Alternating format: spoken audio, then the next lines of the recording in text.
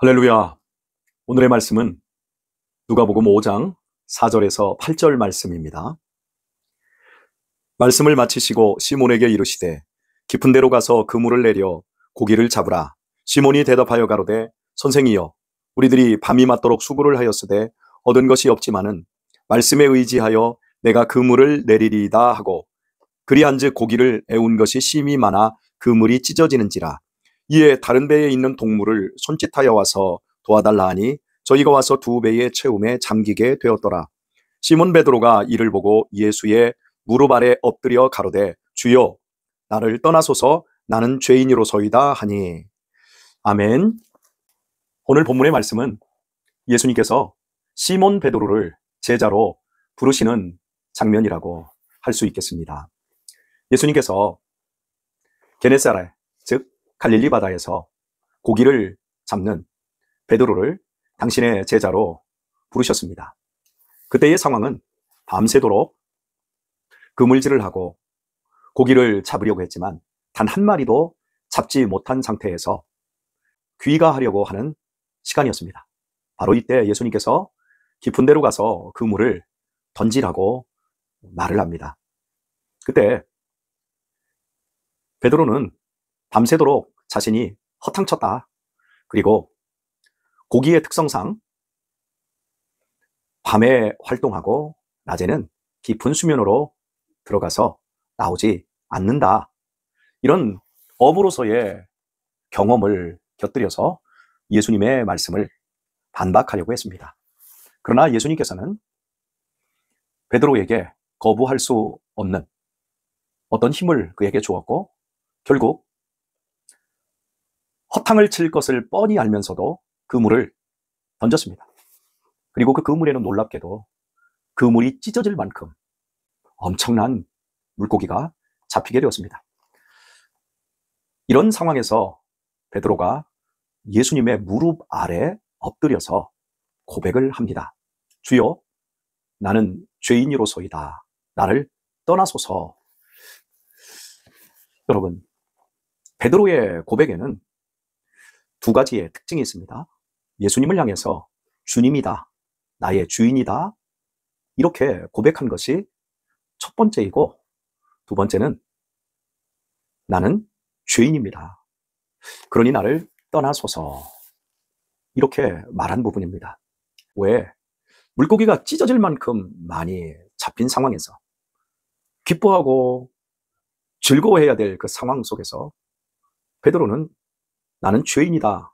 그리고 예수님은 주인이십니다. 이런 고백을 했을까요? 오늘 이 부분을 조금 조명해 보았으면 좋겠습니다. 죄가 여러분 뭐라고 느끼십니까? 보통 현대인의 생각 속에서 죄는 우리의 양심에 찔리는 나쁜 행동 정도로 생각을 합니다. 그리고 타인에게 피해를 주지 않고 법규를 지키는 것, 그런 것들을 충실히 행하고 있으면 본인은 죄인이라고 하는 생각을 전혀 하지 않습니다. 그래서 나는 모범 시민이라고 하는 이런 생각을 갖고 있지요. 그러나 성경이 우리에게 말씀하고 있는 죄는 자신이 주인되어 있는 것입니다. 온 우주 만물의 주인이신 하나님을 배격하고 내가 주인되어 있는 상태, 그것이 죄라고 정의합니다. 여러분은 이 부분에 대해서 동의하십니까? 내가 삶의 주인 아닌가요? 젊은이들 대부분이 본인이 성경적으로 정의하는 내가 내 자신이 주인 된 것이 죄다라고 하는 부분을 받아들이지 못합니다. 죄는 도덕과 윤리와 법규에 관한 것으로 생각을 하지, 하나님과의 관계 속에서 하나님을 무시하고 배격하고 내가 주인 행세를 하고 있는 것을 죄라고 전혀 인지하지 못합니다. 여러분, 정말 내가 나의 주인 맞나요? 나의 모든 것의 주권은 과연 내게 있나요? 나의 출신, 나의 출생, 내가 만든 것입니까? 나의 사회적인 배경, 나의 성별, 과연 내가 결정했나요? 나의 외모, 내가 결정한 건가요? 나의 존재, 내가 결정한 겁니까? 아닙니다. 내가 결정한 적이 없습니다. 내 존재와 나의 그 모든 상태, 내가 만든 것이 아닙니다. 성경은 온 우주 만물을 하나님이 창조하셨고 인간을 하나님의 형상을 닮은 모습으로 최고의 피조물로 하나님께서 인간을 만드셨다고 선언을 합니다. 그렇다면 누가 주인입니까? 하나님이 주인인 겁니다. 우리가 신앙에 대해서 하나님을 인격적으로 섬긴다. 신앙은 인격적이어야 한다. 이런 표현을 씁니다. 신앙생활을 도덕적으로, 율법적으로 할 수 있습니다. 그러나 신앙의 최종적인 단계는 예수님을 인격적으로 인정하고 인격적으로 섬기는 것이라고 할 수 있겠습니다. 그렇다면 인격적인 것이 무엇입니까? 제가 만약 우리 청년들하고 진중한 대화를 하고 있는데 우리 청년 중에 하나가 제가 말하고 있는 그 시간에 핸드폰을 들여다보고 있거나 또 카톡을 주고받고 있으면 저를, 제 인격을 무시하는 겁니다. 제가 앞에 있음에도 불구하고 제가 없는 것처럼 행동하는 것, 그것이 비인격적인 행동이라고 할 수 있겠지요. 무시하는 행위. 왜 죄가 하나님을 주인으로 섬기지 않고 내가 주인 된 것이 죄인지를 이제 좀 아시겠습니까? 신앙은 예수님을 주인으로 섬기는 것과 동시에 내가 죄인임을 깨닫는 데서부터 시작이 되어집니다. 교회 다니면서 인격적인 성숙이나 내가 조금 더 나은 삶을 사는 것, 좋은 사람들을 만나고 마음 편하게 살아가는 것, 이런 것을 신앙으로 가진 사람들은 예수님이 자신의 주인임을 알지 못합니다. 그리고 본인 자신이 얼마나 한심하고 소망 없는 죄인인지를 알지 못합니다. 그냥 교회 다니는 것이 취미생활입니다. 그러나 예수님을 인격적으로 만난 사람들의 특징, 자신이 철저히 죄인임을 깨닫습니다.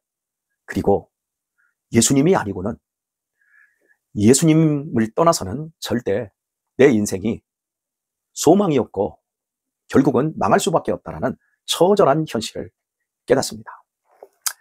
제가 우리 성도님들에게 참 권면할 때 안타까운 사실은 삶이 너무 힘들고 너무 괴롭고 또 발버둥을 치고 있지만 삶은 점점 꼬이고 어려운 이런 성도에게 제가 할 수 있는 권면은 예배 생활에 충실하십시오. 예수님의 주권을 인정하고 예배 생활에 충실하십시오. 예배부터 회복되면 삶이 회복됩니다. 이렇게 권면을 하면 그 부분을 그저 지나가는 소리로 듣는 분들이 계십니다. 참 저는 그런 분들을 보면 너무 안타깝습니다. 그런 분들은 계속해서 빈 그물질만 할 뿐입니다. 밤새도록 인생이 지나가도록 그저 헛 그물질만 하게 되었습니다.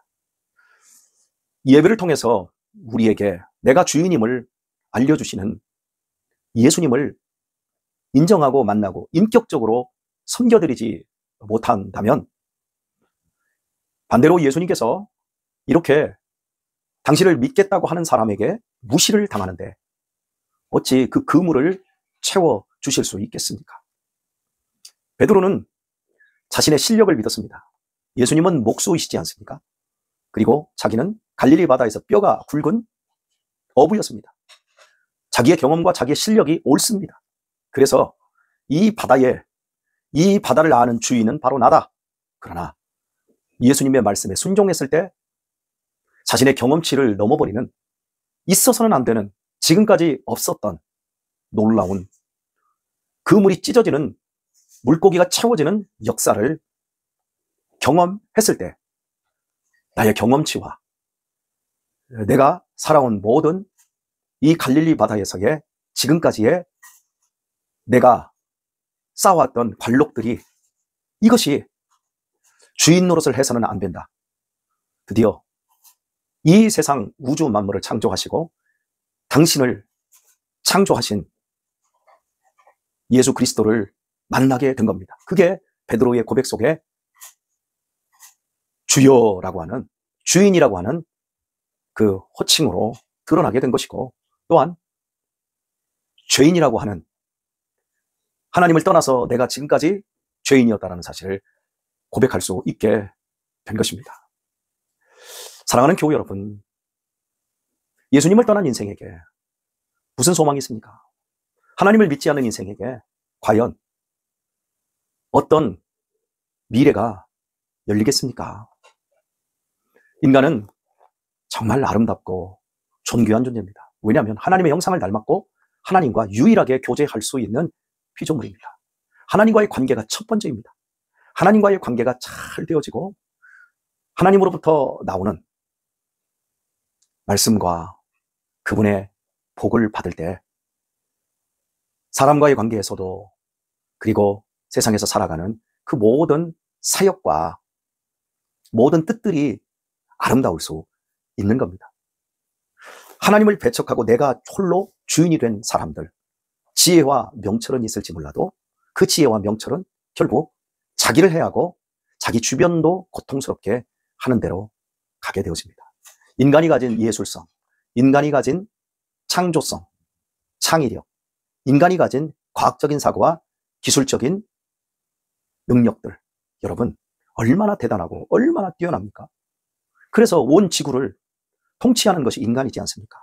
하지만 인간들이 그 속에서 지금 어떻게 변하고 있습니까? 점점 기술과 문화적 수준은 높아가는데 인간들이 동물보다 못한 짓을, 야수와 같은 짓을 하는 경우를 보지 않습니까? 그리고 점점 과학기술은 발전하는데 인간성은 황폐해지고 있지 않습니까? 모두 자기가 주인이 되었기 때문에 그렇습니다. 하나님을 떠나면 죄인이 되는 것입니다. 하나님의 공급을 받지 않는 인생은 결국 끝이 나는 겁니다. 끝장을 보는 대로 가는 겁니다. 젊은 시절에 나는 나를 믿습니다 라고 하는 사람들, 나는 내 주먹을 믿습니다, 나는 내 머리를 믿습니다, 나는 돈을 믿습니다, 젊은 날은 호기롭습니다, 그러나 나이 먹어보십시오. 그렇게 자기 자신을 믿었던 사람들의 삶은 비극 그 자체로 끌려가고 마는 겁니다. 오늘의 말씀을 맺도록 하겠습니다. 인간을 인간되게 하는 것은 내가 내 자신을 주인으로 믿고 마음대로 살아가는 데 있지 않습니다. 인간을 가장 복되게 하는 것은 하나님의 주권, 하나님의 주인 되심을 인정하는 겁니다. 예수님은 우리 인간에게 하나님의 형상과 하나님의 복을 찾아주시기 위해 이 땅에 오신 하나님이시며 하나님의 아들이십니다. 그래서 예수님을 만난 사람들은 모두 예수님을 향해서 주여라고 호칭했습니다. 뿐만 아니라 예수님은 하나님이시기에 하나님과 비교했을 때 내 자신이 얼마나 더러운 존재인 줄을 깨달았기에 나는 죄인으로서이다 라고 하는 것을 고백할 수밖에 없었습니다. 예수 믿으십니까? 예수님을 어떻게 믿고 계십니까? 예수님을 온전한 주인으로 섬기도록 하십시다. 제가 참 이런 말을 들었습니다. 모 장로님의 따님께서 이렇게 굉장히 좋은 대학을 나오고 또 사회적으로도 굉장히 힘이 있는 그러한 아주 파워풀한 여성입니다. 따님이 결혼하겠다고 교제하는 남자를 데리고 이제 인사를 온 것 같습니다. 그런데 이 장로님께서 그 남자에게 물었습니다. 당신은 당신의 주인이 누구라고 생각합니까? 아주 귀한 질문이었던 것 같아요. 그런데 이 사윗감이 하는 말이 내 삶의 주인은 나입니다. 내가 주인입니다. 아주 당당하게 내가 주인이다. 나는 아무것도 믿지 않는다. 나는 나를 믿는다. 이런 그 대답이 우리가 얼핏 들었을 때는 굉장히 자신감 있고 또 사회적으로도 아주 책임감 있는 모습으로 느낄 수 있지 않습니까? 그런데 이 장로님께서는 이분에게 내 딸을 주기 어렵다, 이런 결정을 내렸고, 결국 여러 가지 지위와 상황이나 이런 것들은 좋아도 결국 결혼까지 이르지 못했다라는 이야기를 제가 듣게 되었습니다. 저는 그 장로님이 정말 지혜롭다고 느낍니다. 사랑하는 교회 여러분, 제가 말씀드린 대로 내가 주인된 인생은 그 인생에게는 아무런 소망이 없습니다. 죄라고 하는 단어는 영어로 sin, S-I-N, sin입니다. 여러분, S와 N 사이에 I가 들었습니다. I가 무슨 뜻입니까? I am. I는 바로 나라는 의미입니다. 내 주인이 나인 사람의 인생은 아무런 소망이 없습니다. 우리 인생 가운데 예수님이 주인이 될 때만 삶의 소망이 있고, 그리고 하나님과의 올바른 관계 속에서 사람과의 관계도 복되어지고, 삶은 하나님의 평안과 기쁨과 이끄심과 보호하심과 하나님의 지켜주심과 영원한 소망으로 점철되어 날마다 성장하고 하나님의 복덩이로 더욱더 변화될 수 있는 것입니다. 오늘 우리 자신을 살펴보십시오. 그리고 우리의 자손들이 과연 누가 주인인지, 그리고 그들의 삶이 과연 소망을 향해 가고 있는지를 우리 한번 돌아보시면서 이 말씀을 통해서 사랑하는 성도들의 삶이 더욱 복되고 예수 그리스도로 말미암아 존귀해질 수 있는 은혜가 있기를 예수님의 이름으로 축원합니다.